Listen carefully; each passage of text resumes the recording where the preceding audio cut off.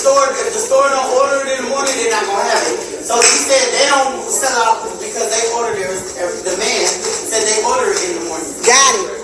Every day. He said they would order it every day. Okay, so if they don't order it, it's sold out. Okay, so here is the thing. First of all, Postmates is your friend because the line is stupid, right? We got this. Me and James, come on, James, over here. We got this spicy, and I'm not gonna lie. James was like, Tamar, why don't you try the spicy with some coleslaw? It always works. This little spicy coleslaw, bitch. You take that spicy, put that little coal, put that coal on that spicy, bitch.